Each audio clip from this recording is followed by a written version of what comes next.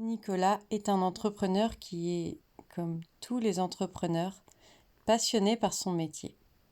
Son expertise est solide, ses idées sont innovantes et il est convaincu que son service peut vraiment faire une différence.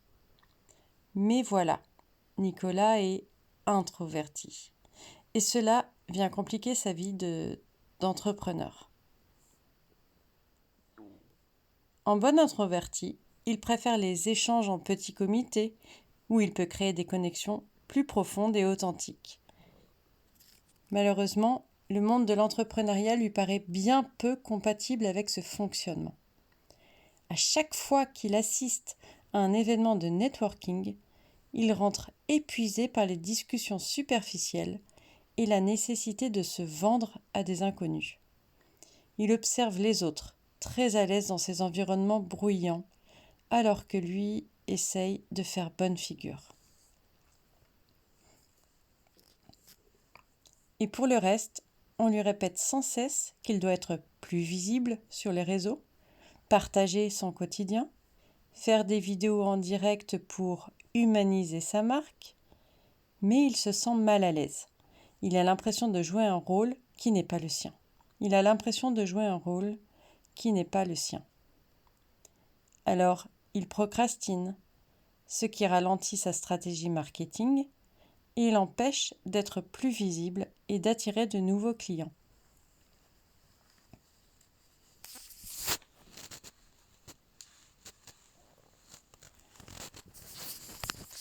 Et puis, ça le fatigue. Toutes ces interactions puisent dans ses réserves d'énergie. Nicolas commence à se demander si son introversion est une sorte de frein à sa réussite. Il se compare à d'autres, plus visibles, plus à l'aise, et ça amplifie son sentiment de décalage. Il sait qu'il évite certaines opportunités qui pourraient être bénéfiques à son entreprise. Ce qui est frustrant pour lui, c'est qu'il sait que ses compétences et sa vision... Ce qui est frustrant pour lui, c'est qu'il sait que ses compétences et sa vision sont un atout. Quand il travaille avec ses clients, les résultats sont au rendez-vous.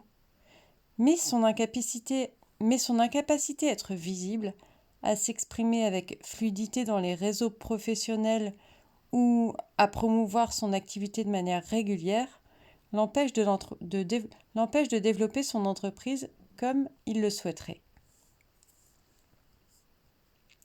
Malgré tout, Nicolas refuse de renoncer à son rêve. Il est sûr qu'il existe une façon de réussir en étant aligné avec lui-même. Mais il ne sait pas encore comment y arriver. Dans cet épisode, on parlera de ce qu'est l'introversion, de ce que ça implique, de comment un entrepreneur introverti peut gérer la pression sociale sans renier sa nature. À travers l'histoire de Nicolas, on va parler des stratégies à adopter pour réussir, en restant aligné avec soi-même tout en valorisant les forces de l'introversion. Je suis Erika, coach en intelligence émotionnelle, et j'accompagne les entrepreneurs et les parents à dépasser leur blocage émotionnel pour qu'ils puissent construire une vie qui leur ressemble. Et pour qu'ils puissent construire une vie qui leur ressemble et développer leur activité tout en restant alignés avec qui ils sont. Parce que, bien souvent, nos émotions sont la clé de tout. Parce que bien souvent, nos émotions sont la clé de tout.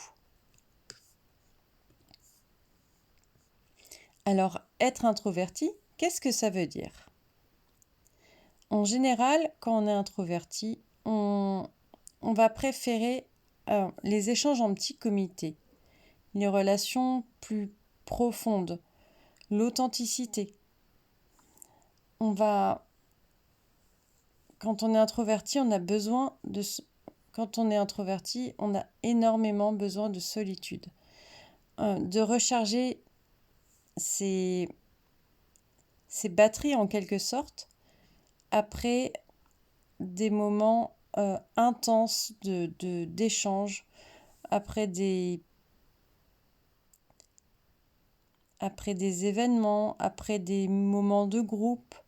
En fait, disons que chez les extravertis, les moments de groupe, les moments des événements avec du monde, etc., ça les recharge.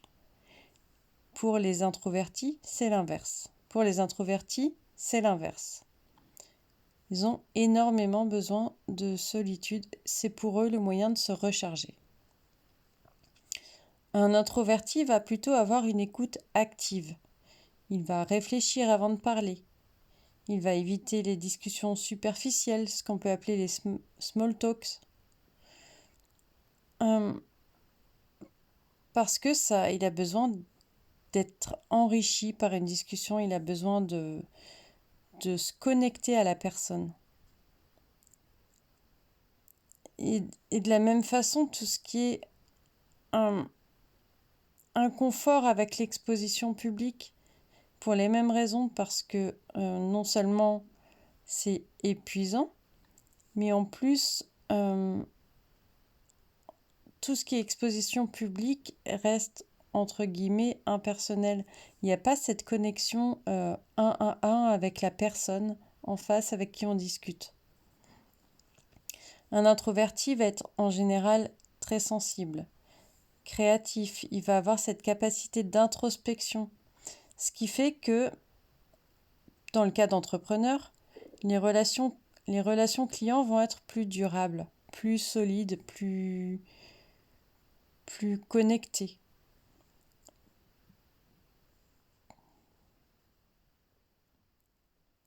Alors, ce qui est difficile pour les introvertis, c'est de s'adapter aux normes qui sont plus généralement faites pour les extravertis. Ils vont avoir du mal, ils vont ressentir un manque de reconnaissance aussi de leurs forces parce qu'ils sont moins visibles, parce qu'on les entend moins, parce que ils s'expriment moins fort. Et pour eux, c'est très difficile d'avoir le sentiment de devoir surjouer ou de se conformer aux attentes extérieures qui sont pour eux, enfin en tout cas qui ont l'impression, qui est de faire du bruit, de se faire entendre,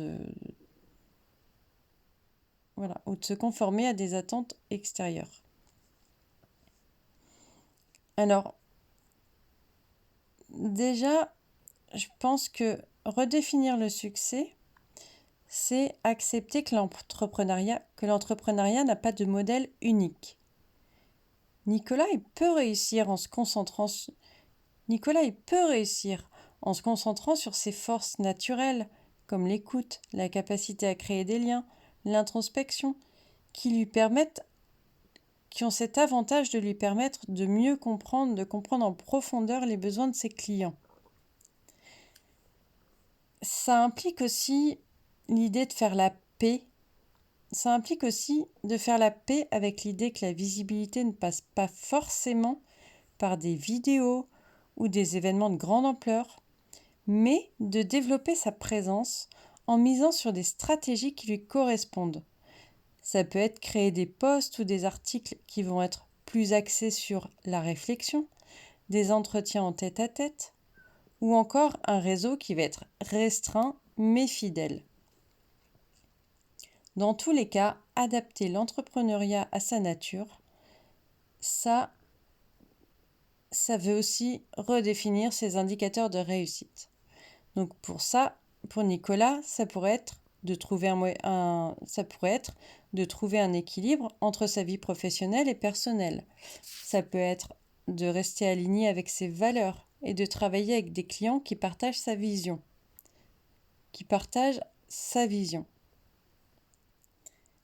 La réussite ne se mesure pas qu'en chiffres, mais aussi en étant aligné avec soi et en créant un impact durable.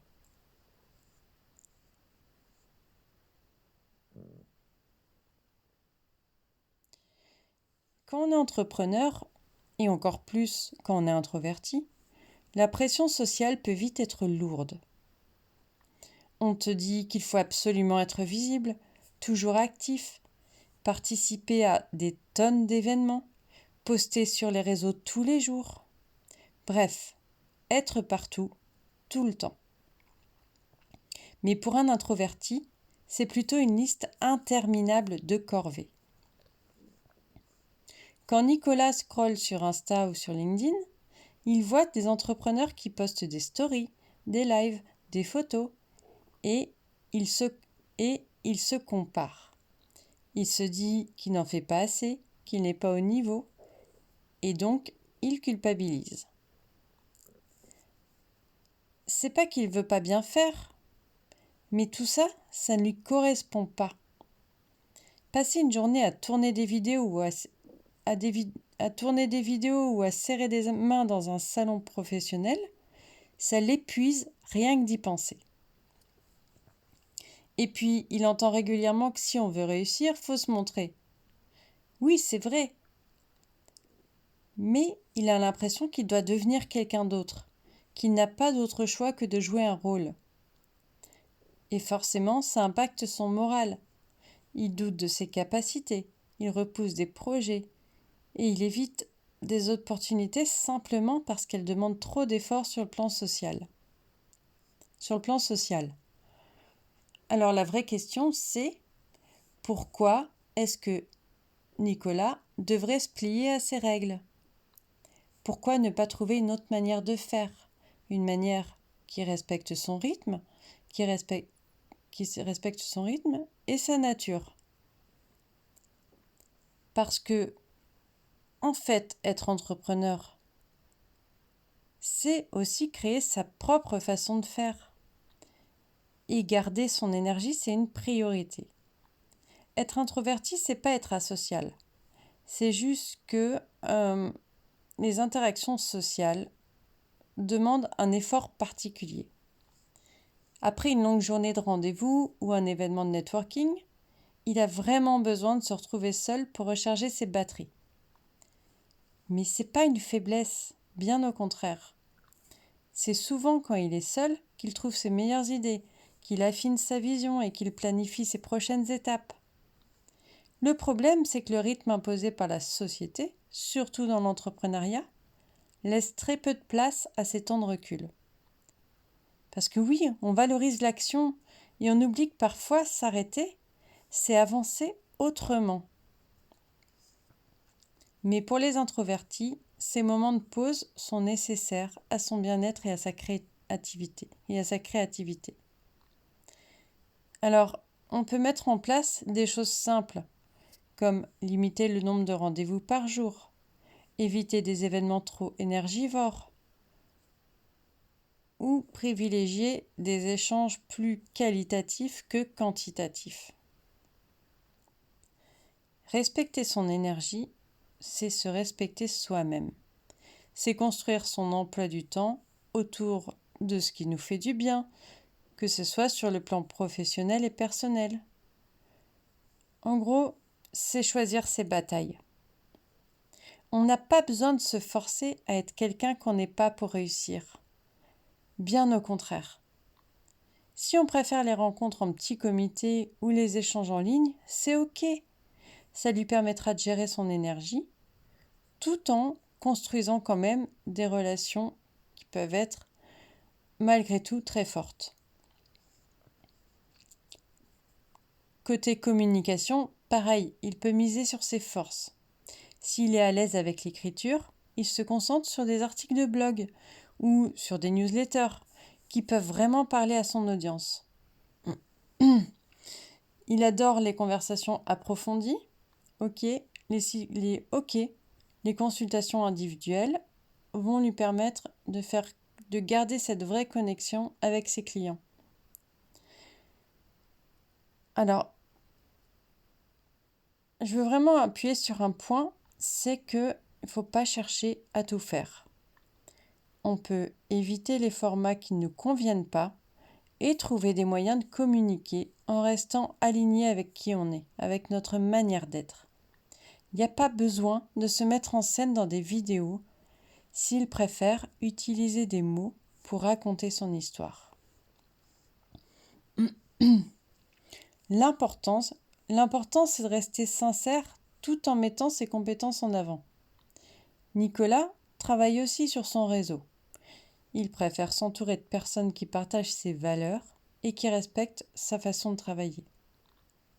Dans ce cas-là, ses relations vont être plus fondées sur la confiance et aussi pouvoir devenir des piliers pour lui et pour son activité. On parle beaucoup des qualités des extravertis. Mais quelles sont les forces d'un introverti ?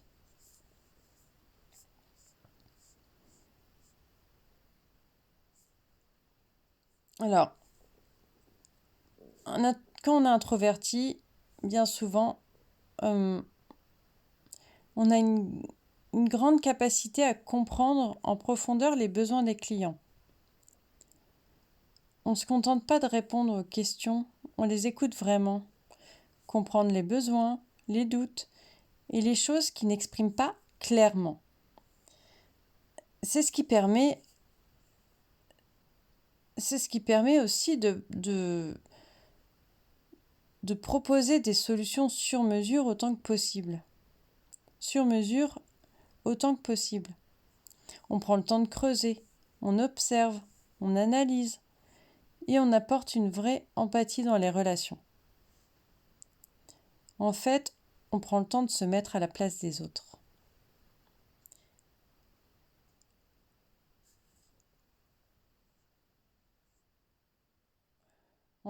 On préfère avoir des relations qui ont du sens. On préfère avoir peu de clients, mais des clients avec qui on peut construire quelque chose de durable. En fait, il n'y a pas juste besoin d'en faire des tonnes pour impressionner. Ok, mais comment on fait pour communiquer et se faire connaître en étant aligné avec soi-même ? Dans le cas de l'entrepreneuriat. Déjà, on peut choisir les formats qu'on préfère. On peut privilégier des supports comme l'écriture, avec des articles et des newsletters, ou les podcasts si les vidéos sont inconfortables. Je pense aussi qu'il vaut mieux miser sur la qualité plutôt que sur la quantité. Il vaut mieux préparer des contenus bien réfléchis, même si c'est moins fréquent. Dans tous les cas, se concentrer sur des messages qui reflètent vraiment qui on est, sur des messages qui vont être plus authentiques. On peut aussi réseauter à son rythme, c'est-à-dire préférer des rencontres individuelles ou des événements en petits groupes. On n'est pas obligé de participer à tous les gros événements avec plein de monde, avec du bruit, avec peut-être aussi beaucoup de stimulation visuelle. Mais juste, rencontrer des personnes une à une, si c'est possible, c'est plutôt une bonne chose, surtout que en général, les introvertis choisissent plutôt soigneusement leurs relations.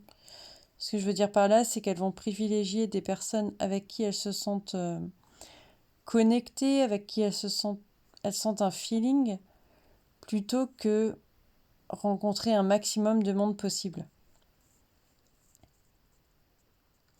Par rapport à la communication, l'introverti peut aussi utiliser des témoignages, mettre en avant les retours clients qui permettent de renforcer sa crédibilité sans lui devoir se mettre trop en avant.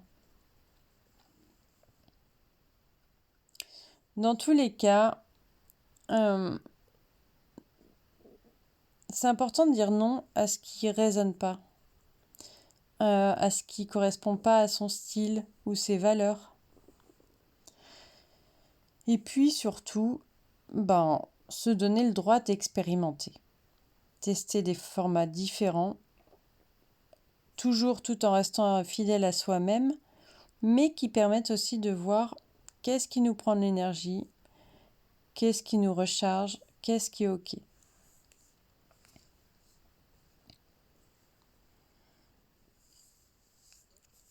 Ce que je te dis depuis tout à l'heure, en fait, c'est que le succès, ou plutôt la réussite, ça doit résonner avec nos propres envies, pas avec ce qu'on attend de nous. Pas avec ce qu'on attend de nous, qu'on soit introverti ou extraverti. Mais pour le coup, pour les introvertis, les courses aux followers ou les marathons de visibilité sur les réseaux, ça ne parle pas trop.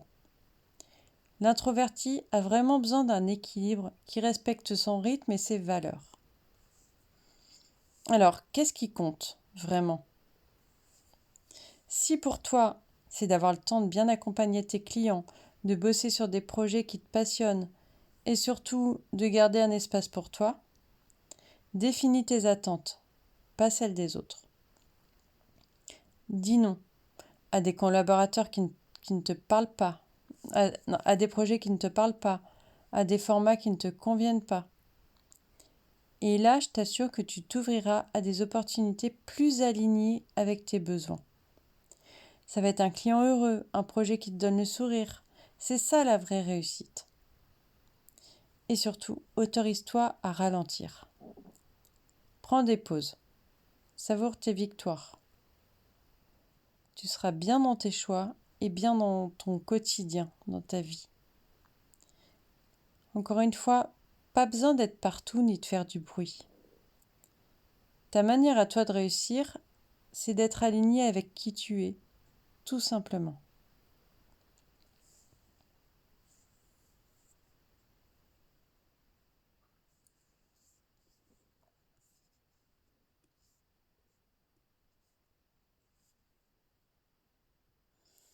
Alors si tu es introverti, si tu te reconnais dans l'introversion, c'est loin d'être quelque chose de négatif. C'est un fonctionnement qui a autant d'avantages que l'extraversion. C'est peut-être moins valorisé actuellement, et encore j'en doute. Mais dans tous les cas, moi, j'allais dire j'y vois une force, mais forcément, puisque je suis moi-même introvertie. Je suis très sociale, j'adore voir du monde, mais j'ai énormément besoin de temps ensuite pour me recharger. Donc, c'est ok, en fait. Il faut juste adapter son fonctionnement, adapter sa communication, adapter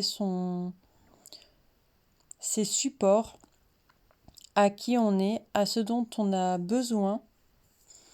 Et